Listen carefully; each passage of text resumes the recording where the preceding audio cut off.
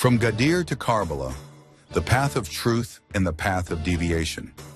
To gain a deeper understanding of the tragedy of Karbala, we must return to the event of Ghadir, where Prophet Muhammad, peace be upon him, by divine command, in the presence of thousands at Ghadir Khumm, appointed Ali ibn Abi Talib, peace be upon him, as his successor and caliph after him.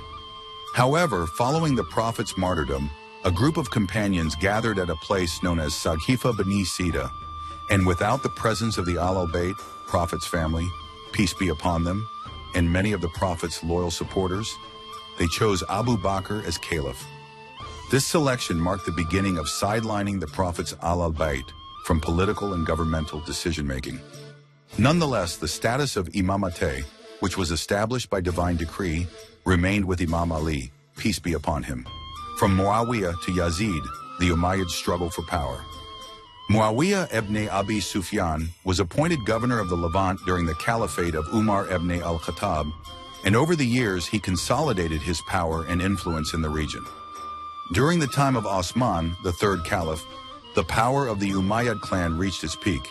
Osman's rule was marked by discriminatory behavior, corrupt favoritism, and the concentration of power within the Umayyad family.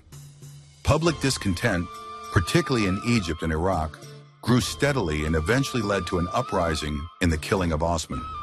Muawiyah used the killing of Osman as a pretext to challenge the caliphate of Imam Ali, peace be upon him, even though he and his family were among the main suspects in inciting rebellion during Osman's rule. The caliphate of Imam Ali, peace be upon him, and the struggle against deviation. After the killing of Osman, the majority of the people of Medina, Iraq, and other regions pledged allegiance to Imam Ali. He accepted the caliphate solely to establish justice and revive the Sunnah of the Prophet. However, Muawiyah, who had ruled over the Levant for years, refused to pledge allegiance under the false pretext of seeking vengeance for Osman's blood, and thus initiated the Battle of Siffin against the Imam Ali. During this time, the Islamic government was effectively divided into two parts. Imam Ali, peace be upon him, ruled over the Hijaz, Iraq, Persia, and Egypt, while Muawiyah controlled only the Levant. Yet through deception, propaganda, and widespread oppression, he expanded his influence. In the Levant, Muawiyah defamed Imam Ali and the al-Bayt, while suppressing or bribing his opponents. From the martyrdom of Imam Ali to the treaty of Imam Hussain, peace be upon him. After the martyrdom of Imam Ali, peace be upon him, at the hand of the Khawarij, while he was in the mihrab of the mosque in Kufa, the people pledged allegiance to Imam Hussain, peace be upon him. However, the Imam faced an army led by traitorous commanders who conspired with the enemy. In contrast, Muawiyah possessed a strong army, vast financial resources, and an effective network of deceit and misinformation. Given the society's lack of readiness for a large-scale war, Imam Hussain, peace be upon him, in order to preserve the lives of the Shias and safeguard the essence of the religion, entered into a peace treaty with Muawiyah. One of the key clauses of this peace treaty was that Muawiyah would not appoint a successor. However, after Imam Hussain's martyrdom, this agreement was violated and Yazid was introduced as ruler.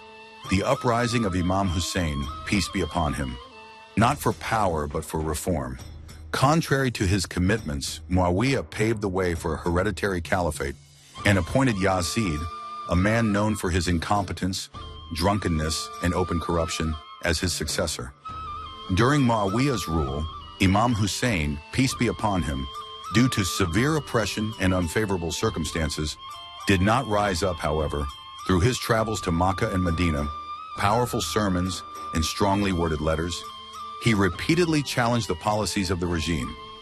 After Muawiyah's death, Yazid ordered the governor of Medina to take allegiance from Imam Hussain, peace be upon him. The Imam considered pledging allegiance to Yazid as a disgrace to Islam, and thus set out for Makkah. The call from Kufa and the mission of Muslim ibn Aqil.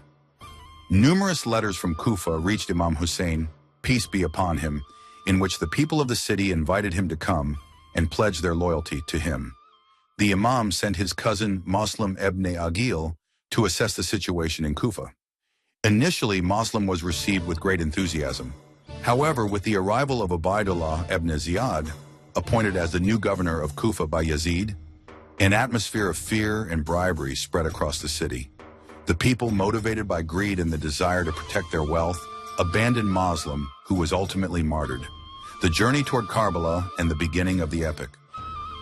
While on his way to Kufa, Imam Hussain, peace be upon him, received the news of Muslims' martyrdom.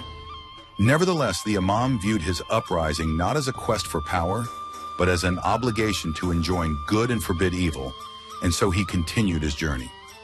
Along the way, a commander named Hur ibn Yazid al-Riyahi blocked the Imam's path with his troops, but after hearing the Imam's words, he repented and joined the caravan of the al-Bayt. The army of Omar ibn Saad set ambushes along the way to block the caravan's advance, forcing the Imam to proceed to the plain of Karbala, a land near the Euphrates. With the arrival of Omar ibn Saad's forces, Imam Hussain, peace be upon him, and his companions were surrounded, and access to water was cut off. The beginning of the epic battle between truth and falsehood. In these dire circumstances, Imam Hussain, peace be upon him, stood firm beside the tents, facing the enemy's army. Until his final moments, he strove to awaken the people, but oppression, threats, ignorance, and their love for worldly gains had blinded them. On the day of Ashura, the Imam and his loyal companions were martyred one by one, creating an eternal epic, an epic that continues to resound as a cry for truth and justice to this very day.